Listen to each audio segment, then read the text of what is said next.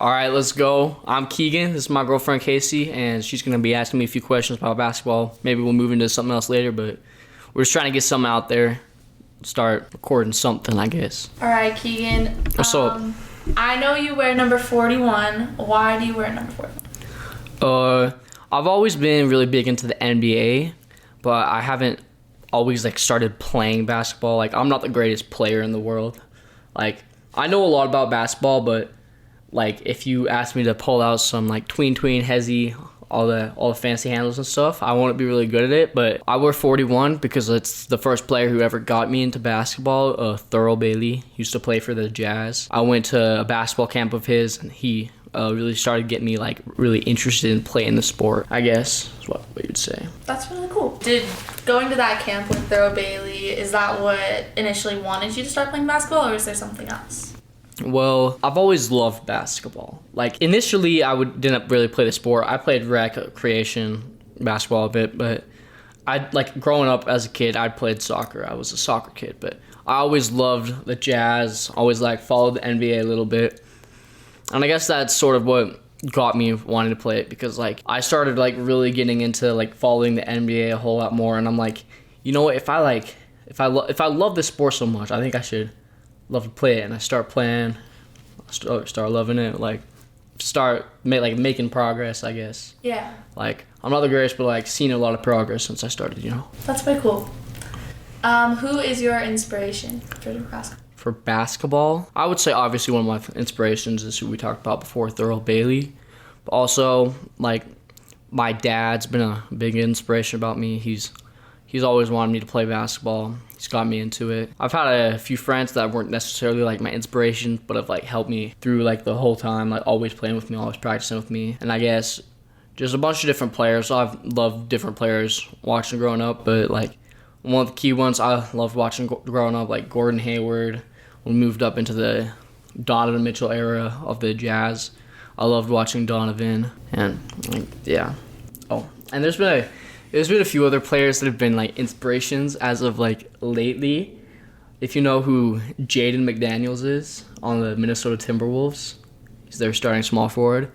He's been I wouldn't necessarily say a big inspiration, but he's been an inspiration to me because I've started to model my game after his. Mm-hmm. I guess he isn't the most talented offensive player, but he can hustle, play defense. He does all the dirty work on a team that needs to be done.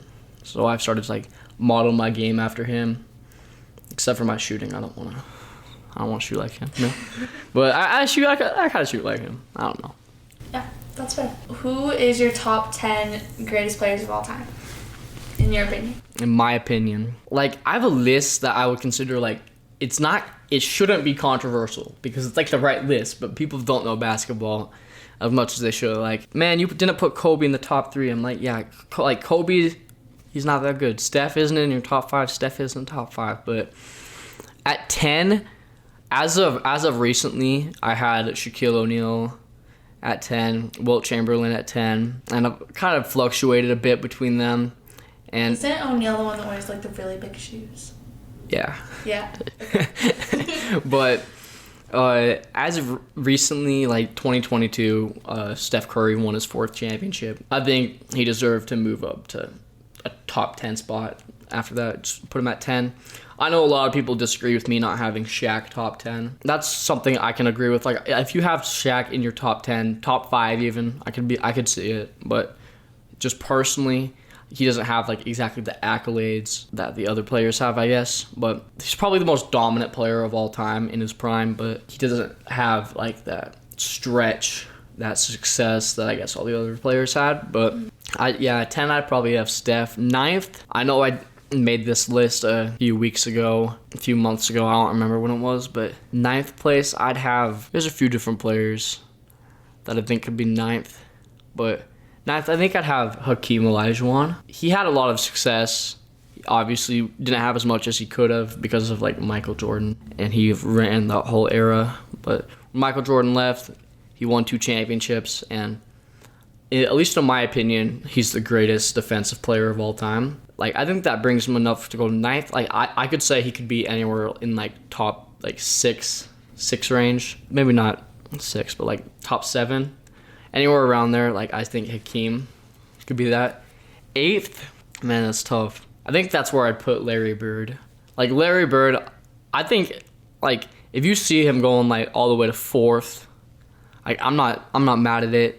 5th, like that's all right, but I don't know. There's just so much greatness in all the other players. It's just like Larry. He had so much success in that era, like that Magic Johnson Larry Bird rivalry. It's one of the greatest in all of basketball. But I don't know. He was a great shooter. He didn't like honestly. What I see is this is kind of going off topic a little bit, but I did that video a little ways back about the top 10 3-point shooters of all time, and I got a lot of backlash for not putting Larry Bird there. Here's the thing. Larry Bird was a phenomenal shooter, but it's just, like, if he was in this modern era, I definitely could see him being, like, high on that list. But it's just, he didn't have enough makes. He didn't have enough attempts because it wasn't as big of a part of the game. That's going off topic a little bit. Doesn't really contribute too much to where I should put him all time. But I think Larry Bird at 8 is fair. 7th, I'd probably have Kobe. Like, I've gone as far, I've obviously changed my list up a bunch. I've gone as far as putting Kobe at 4, putting him at 11. Like, it really changes with me because he doesn't have exactly all the accolades, all the exact success that all the other players have, but on the court, like he's one of the funnest players to watch, which obviously doesn't determine how good they are, but he has the stats. He's just phenomenal, like amazing player. And I don't know. I think that's just where I'd put him. 6th, I think I'd put Magic Johnson at 6th. I've almost always had Magic at 4, but when I look at these other 2 players and look at Magic, I think Magic just didn't have a long enough career to be where I put these other players. Magic, like in the stretch of his career, he was an amazing player, one of, if not the greatest passer of all time. He had lots of success. Obviously, he played with some really good teams, but a lot of the time he was the best player on that team, the main facilitator for that team, and led them to a lot of success. So I think Magic at 6 is a good spot. 5th, I think I'd put Tim Duncan. Tim Duncan, I've also had like as high as, no, I think I've only had him up to 5, which is where I'm putting him now, but I think I've had him as low as like 8 before. It's just that Spurs dynasty. David Robinson was amazing. Tony Parker, Manu Ginobili, Kawhi Leonard, like all part of like the long stretch of the Spurs dynasty. And Greg Popovich, probably the greatest coach, one of the greatest coaches of all time. But none of it could have happened without Tim Duncan. He brought them like so much success. One of the most winningest franchises of all time. Maybe the most winningest. I'm not exactly sure. He just brought that franchise so much success. Exactly what you want from a player, from your franchise star. He wasn't exactly the flashiest player, but he put up the stats. I think, in my opinion, he's the best defender ever to never win Defensive Player of the Year. Was a phenomenal defender. Yeah, that's, I guess, my reasoning behind putting Duncan at 5. 4th, I have Bill Russell. Here's the thing with Wilt Chamberlain. Like, Wilt Chamberlain, he put up, like, some of the greatest stat lines of all time. Some of the greatest career season averages of all time. Obviously, it was in a different era. Maybe it was a little easier to play back then. I don't like the argument that Wilt wasn't good because he played against, like, plumbers and all that stuff. And maybe when the players played back then, they weren't as great as the players now. But I still think you put Bill Russell, Wilt Chamberlain in these eras, and they'd still dominate. The main reason behind me leaving Wilt Chamberlain out of my top 10 and having Bill Russell at 4, because of Bill Russell's success in that era. Wilt Chamberlain is putting up some of the craziest stats of all time, but Bill Russell ran that era. He has 11 rings. Insane. One of the greatest defensive players of all time, and he just made the Celtics amazing. Like, one of the greatest franchises ever, purely because of him. At 3, I think I'd have Kareem Abdul-Jabbar. Kareem was amazing. He just doesn't compare to LeBron James, who I have at 2, and the greatest player of all time, in my opinion, which is right, Michael Jordan. Doesn't really need an explanation for. He's just phenomenal. 6-0 in the finals. Greatest all-around player of all time. Amazing success, team success, player success. Just great. I don't know. He was amazing. When did Michael Jordan retire? I believe he retired in 2003 when he switched over to the Washington Wizards. He was there for a little bit. Still played good basketball, but obviously never at the level he was at. And I think he called it quits around 2003. I believe. So you've told me before that Jordan Clarkson is your favorite player right now, at least on the Jazz. Why is he your favorite player? Jordan Clarkson, I think right now he is the longest tenuring player on the Jazz. And it's not just me saying that out of like pure bias for the team, like, oh, he's been there the longest, he's my favorite player. Obviously, Donovan Mitchell's been my favorite player. I still want to say him as my favorite player, but I'm a Jazz fan. It's like, kind of feels like betraying the team. But Donovan, he's still up there. Still one of my favorite players. I love the guy.